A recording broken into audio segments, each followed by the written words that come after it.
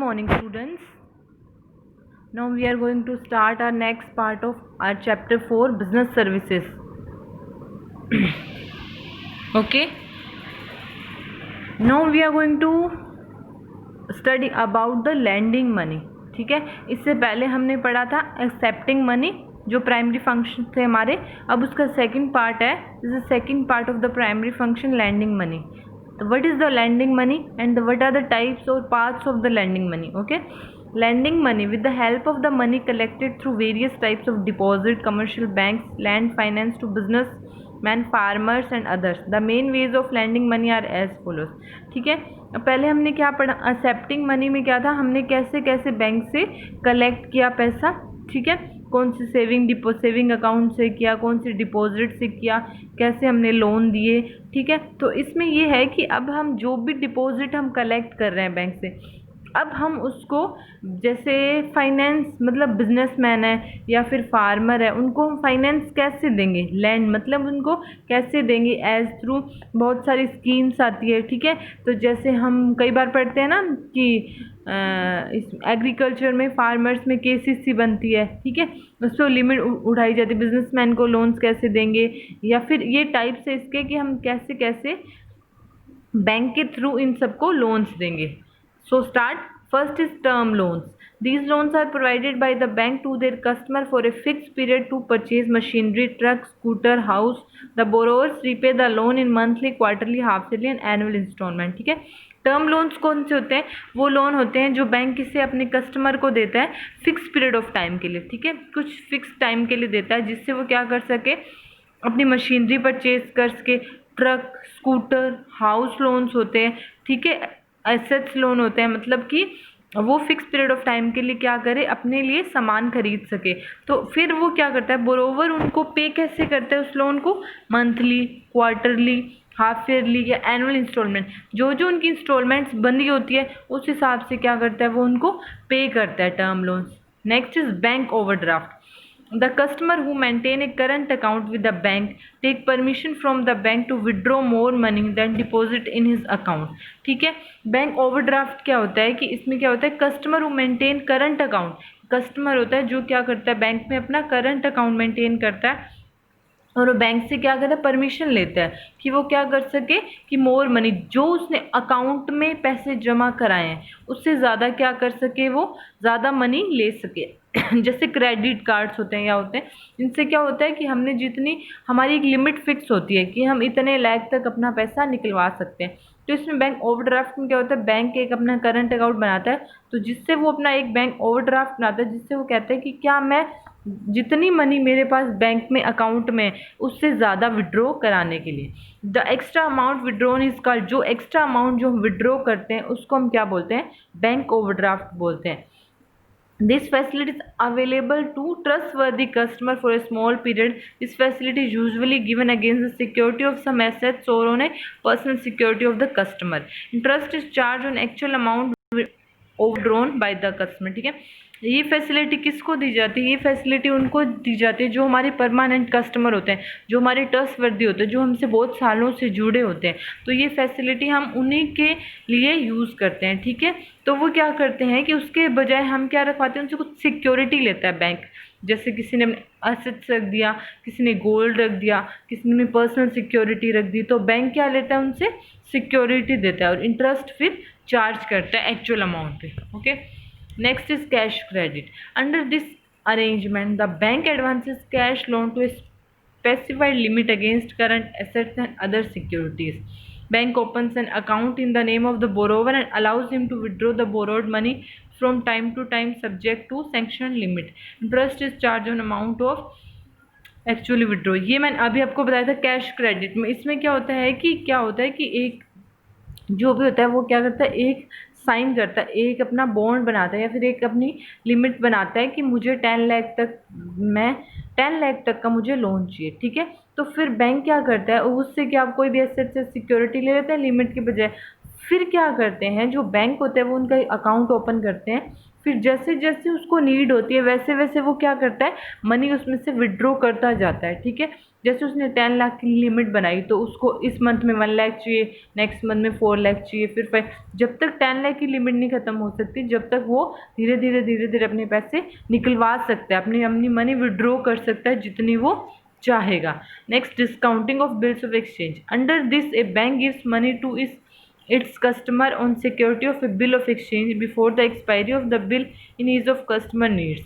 For these services bank charge discount for the remaining period of bill. इसमें क्या करता है कि कस्टमर क्या करता है, डिस्काउंटिंग, कस्टमर उन्हें एक बिल देता है, ठीक है, gives money to its customer, bill देता है, बैंक क्या करता है अपने कस्टमर को मनी देता है और एक्सचेंज में क्या लेता है उनसे, बिल देता है, जो कि before the expiry of the bill is of customer needs it. ठीक है, तो क्या होता है, for this service bank charge discount from the remaining period of the bill. ठीक है, तो इसमें क्या होता है कि कस्टमर क्या करता है, उनको पैसे देते हैं बैंक को और उसकी बजाय कहते हैं बिल्स ऑफ एक्सचेंज लेते हैं। ठीक है, जब तक उसकी टाइम पीरियड या जब तक उसकी लिमिट ख़त्म नहीं होती वो उसे यूज़ कर सकते हैं और उसके रिमेनिंग में उसको डिस्काउंट भी मिलता है। ठीक है, द नेक्स्ट इज, अब आते हैं हमारे सेकेंडरी फंक्शन। सेकेंडरी फंक्शन में 2 टाइप के फंक्शंस होते हैं, first agent function, second general utility functions. First of all we read about the agent functions.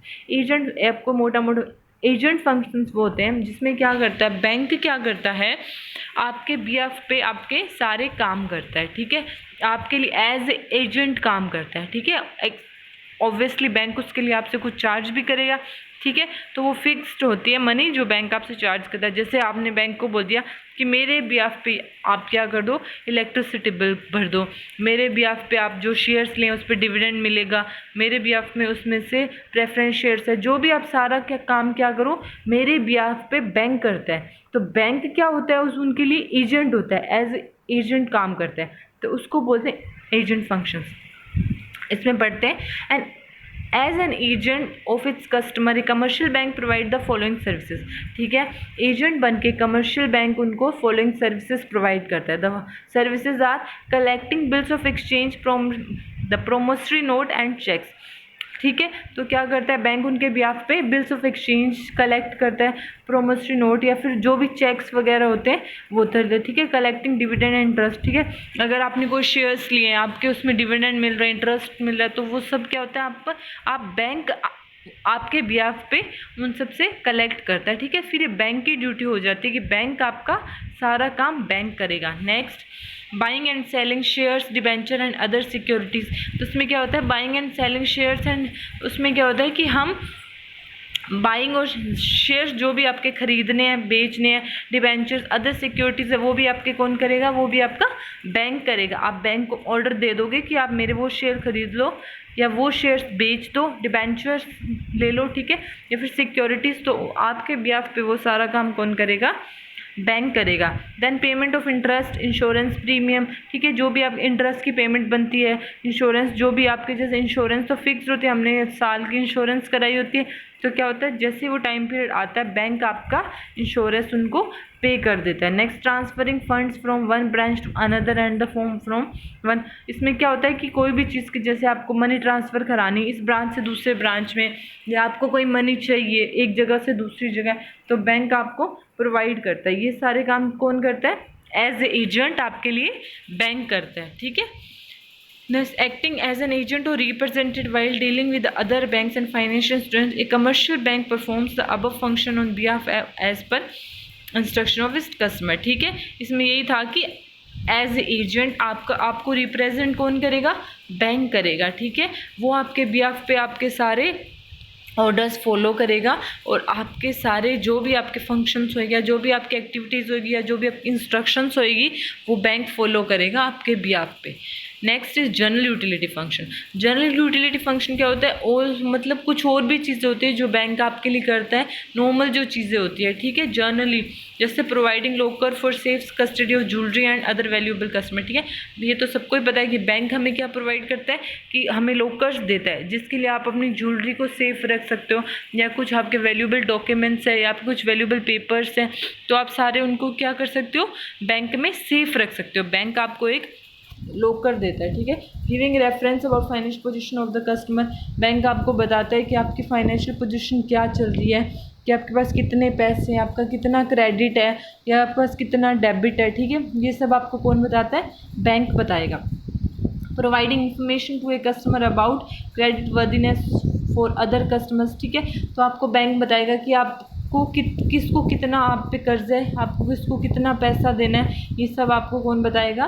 Bank बताएगा। Supplying various type of trade information useful to customer, आपको various type of trade या कोई information है useful जो आपके लिए है, वो आपको कौन बताएगा? बैंक बताएगा। जो भी कोई इन्फॉर्मेशन रिलेटेड है किससे? कस्टमर से, जो भी सप्लाइंग है वेरियस टाइप ऑफ, ठीक है, ट्रेड है कुछ भी, तो वो आप आपके या फिर आपको कौन बताएगा? बैंक आपको इन्फॉर्मेशन प्रोवाइड कराएगा। Issuing letter of credit, pay orders, bank draft, credit cards and traveller cheques to customer, ये कौन देता है? आपको सारे बैंक क्या करेगा? इशू लेटर ऑफ क्रेडिट आपको बैंक इशू करके देगा, पे ऑर्डर्स, ठीक है, बैंक ड्राफ्ट, क्रेडिट कार्ड्स, ये सब, ट्रैवलर्स चेक टू कस्टमर, ये सब आपको कौन प्रोवाइड कराता है? बैंक प्रोवाइड कराता है। Under writing issue of shares and debenture, under writing जो भी आपके शेयर्स और डिबेंचर्स करते हैं वो कौन करता है? आपके बिहाफ बैंक करेगा। Providing foreign exchange to importers and traveller going abroad, जो भी अब्रोड जाता है उनकी करेंसी को चेंज करना, ठीक है। तो ये सारे काम आपके बिहाफ पे कौन करता है? बैंक करता है। तो these are your secondary functions, first is agent function, second is general utility functions, ठीक है। और ये आपका प्राइमरी फंक्शन का जो सेकंड पार्ट था लैंडिंग मनी, फर्स्ट क्या था? एक्सेप्टिंग डिपॉजिट, जो हम इससे पहले वीडियो में पढ़ चुके हैं। Okay, that's all for today.